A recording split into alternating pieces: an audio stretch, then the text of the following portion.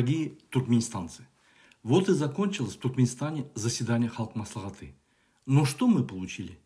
В стране, где зарплата меньше $100, а пенсия меньше $50, депутаты Халк Маслихаты решили не повышать заработную плату, пенсии пенсионерам и стипендии студентам до 2030 года.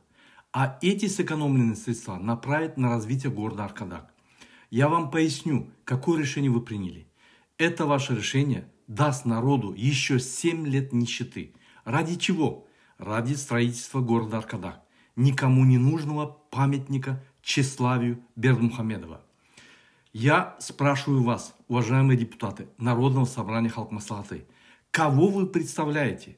Народ или семью клана Бердымухамедовых? За 23 года своих заседаний вы ни разу не подняли настоящие проблемы народа. Вы лишь награждали диктаторов медалями. Ниязов стал 5 раз героем Туркменистана. Аркадак стал дважды героем. Его сын Сердар Бердымухамедов тоже герой. Но где их подвиги? Где их заслуги перед народом? Итоги их правления: безработица более 60%, половина населения вынуждена работать за границей в качестве трудовых мигрантов, визовые барьеры, абсурдные запреты, экономический кризис. В действующей конституции Туркменистана написано о том, что народ является единственным источником государственной власти. Это все закреплено в статье 3 нашей конституции. Суверенитет Туркменистана осуществляется народом. Народ является единственным источником государственной власти. Народ Туркменистана осуществляет свою власть непосредственно или через представительные органы.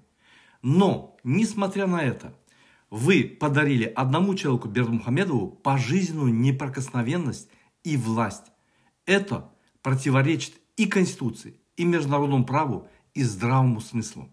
Дорогие сограждане, нам нечего ждать от Халк Маслихаты. Эти люди давно перестали быть голосом народа.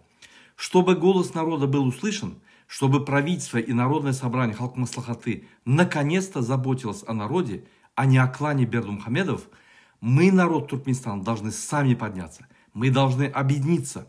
Мы должны вернуть себе право на свободу, на достойную жизнь, на справедливость.